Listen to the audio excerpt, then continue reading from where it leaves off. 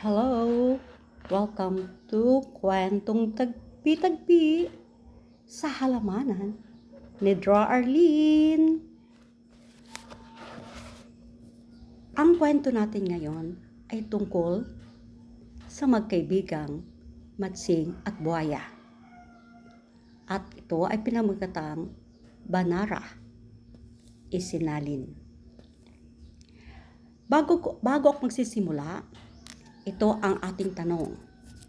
Paano napaglalangan ni Matsing si Buhaya? Isang araw, habang namamasyal ang buhayang Cromir sa tabi ng ilog, ay may nakita siyang Matsing na si Banara sa puno ng mangga. Bigla niyang ibinuka ang napakalaking bunganga. Banara: anong laking bunganga? Ibuka mo pa at bibigyan kita ng mangga. Cromir: pwede ba kitang maging kaibigan? Banara: bakit naman hindi? Hindi ka naman nakakaakyat sa punong ito. Simula noon ay naging magkaibigan na sila. Hanggang sa ibinunyag ni Banara kay Cromir ang tungkol sa perlas na nasa kanyang dibdib. Kinagabihan ay nag-usap ang mag-asawang buhaya. Alam ko na ang lahat na yon. Imitahin mo ang Matsing sa ating bahay mamaya.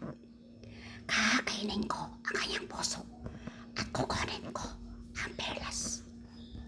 Cromir: magkakasala tayo sa ating gagawin. Ano ang mangyayari sa ating kaluluwa kung mamamatay na tayo? Kahit na nga sa impyerno ay hindi tayo tatanggapin doon. Asawang buhaya: baliw na asawa. Imitahin mo siya sa isang hapunan. Ipapasakay mo siya sa iyong likod hanggang marating ang bahay. Lalabas ako mula sa ilog at saka papatayin. Isang hapon, Cromir: alam na ng asawa ko ang tungkol sa iyo. Gustong makipagkita. Nanyayahan kita mamayang gabi. Banara: papunta ako para rin sa iyong asawa. Habang sila ay naglalakbay, ay napansin ni Banara na umiiyak si Cromir. Nalulungkot ako sa iyo, kaibigan. Ibig kang patayin ng aking asawa at kukunin niya ang perlas sa iyong dibdib. Banara: bakit hindi ka agad nagsabi? Babalik tayo dahil nakalimutan kong dalhin ang aking puso. Naniwala naman si Cromir.